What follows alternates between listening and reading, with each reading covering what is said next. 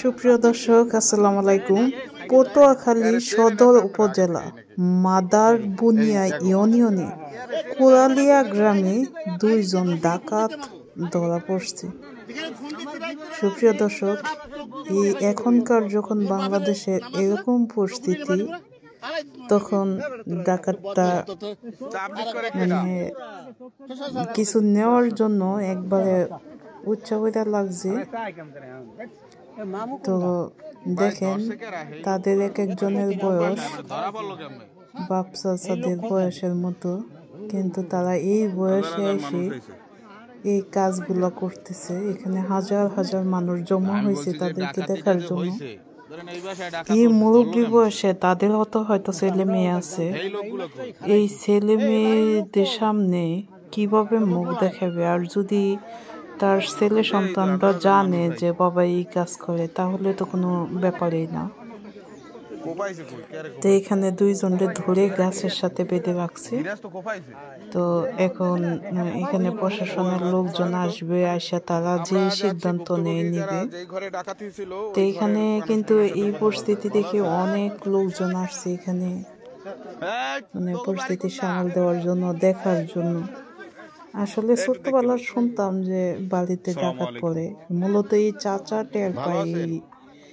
এই ডাকাত আসার পর থেকে এই চাচা টের পায়, জিজ্ঞেস করতেছে যে কিভাবে এই চাচার হাতেও মূলত চোট লাগছে। তো এই চাচা মূলত টের পায়, যখন বলছে কে কে, তখন এই চাচার হাতে তারা আক্রমণ করে। আমি তাই সেই দুই তিন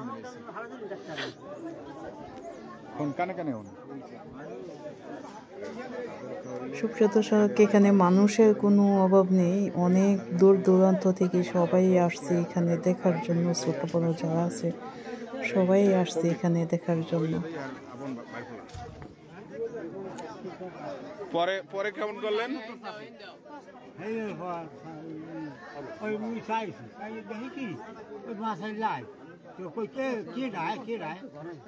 চাচা নিজের মুখে বলতেছে কিন্তু যে কিভাবে ডাকাত ধরেছে এবং কি করছে না করছে সবকিছু কিন্তু বলতেছে।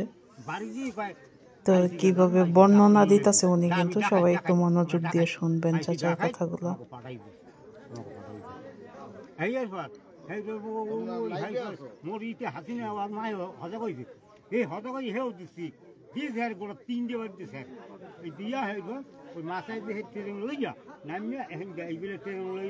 আপনার এই কোপটা দিলে কোন সময়, যে হাতে যে কোপ দিছে? এই শীতের সময় চাচার হাতেও কিন্তু দেখেন কি একটা অবস্থা করছে বলা মানুষ। এলাকার মধ্যে সবারই ভাঙ্গাচোরা ঘর, কিন্তু এই ঘরের মধ্যে ডাকাতি করতে আসে, এটা দুঃখজনক ঘটনা। এই দেখেন চাচার হাতে অবস্থা।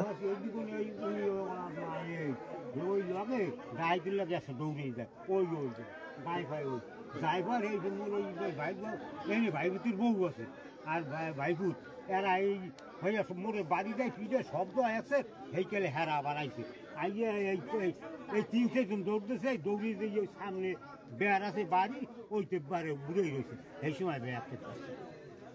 আর দুজন যে পলাই গেছে, আপনার মালামাল কোনো কিছু নেছে এখন পর্যন্ত? ওই হয় ট্রেনে টাহাল। কত টাকা ছিল? টাহাল 2,20,000। ও, তাহলে 2,00,000 টাকা 20,000 টাকার খবর পেয়েই ডাকাতি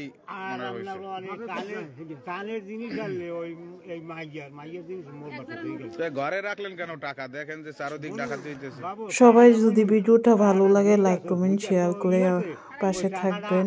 আমি ইনশাআল্লাহ সবার পাশে থাকার চেষ্টা করব। সময়টা হয় না, টাইম হয় না, এই ফেরবার জন্য টাকা দিব জানো ওই মেয়ে জানো জমিদের বুঝলেন।